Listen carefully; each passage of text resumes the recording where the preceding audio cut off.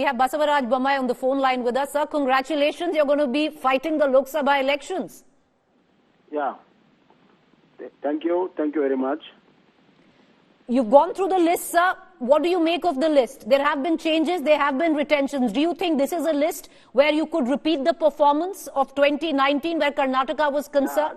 The list is both experience and youth has been given opportunities. And based on their service in the public life and standing in the public life. And new blood has been also introduced in Karnataka list. So therefore, Prime Minister is living up to his words, where the blend of both experience and youth will take this country forward. Mr. Bommai, what do you make? Do you think with this, also, the other question, sir, Mandya, Hassan, now can we assume those two seats will go to your ally, JDS? As far as Mandya is concerned, still the talks are going on, but Hassan certainly will go to JDS. And I think there will be very shortly a meeting between the JDS chief and Naddaji and others. And they are going to finalize tomorrow or day after.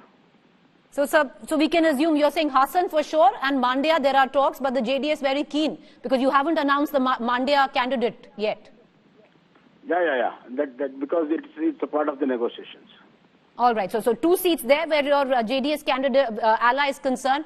But Mr. Bommai, the big question, especially after the state election debacle, which was fought under your leadership, are you now confident that you'd be able to deliver where Lok Sabha is concerned on what was practically a cent%, result in 2019?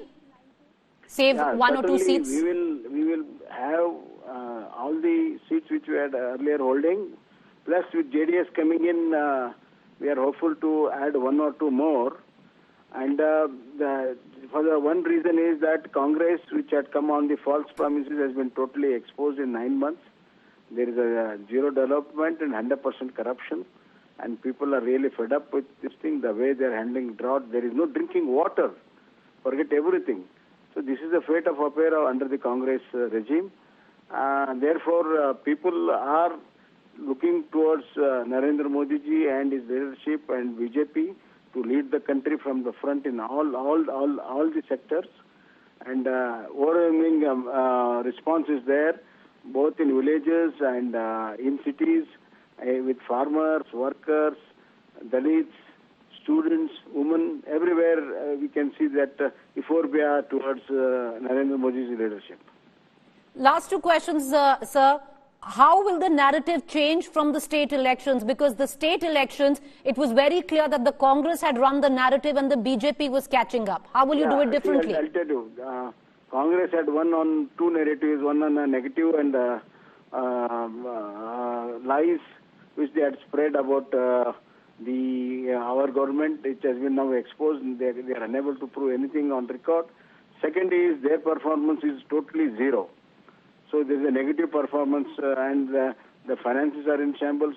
They are not giving drinking water to the people during drought. So people are really thirsty of water as well as thirsty of removing this government out of power.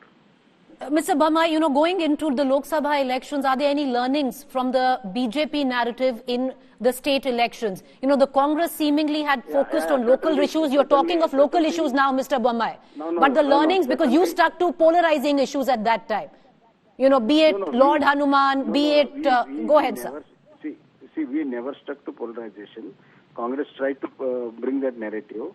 However, now people are comparing our development works to the Congress, as well as people are totally focused on the development done by the Narendra Modi ji and his government.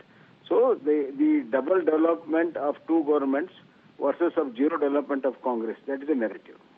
Sir, final question. At least the list today, it seems 10 your sitting MPs have been dropped. 10 fresh faces, 10 have been retained. What was the thinking behind it, sir?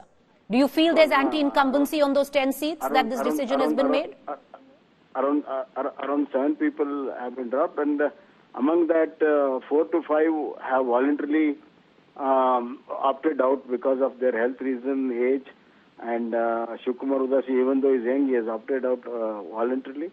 There is one or two which they wanted to contest, but they have not been given another opportunity to bring in new people and new faces, new blood into the whole Lok Sabha list.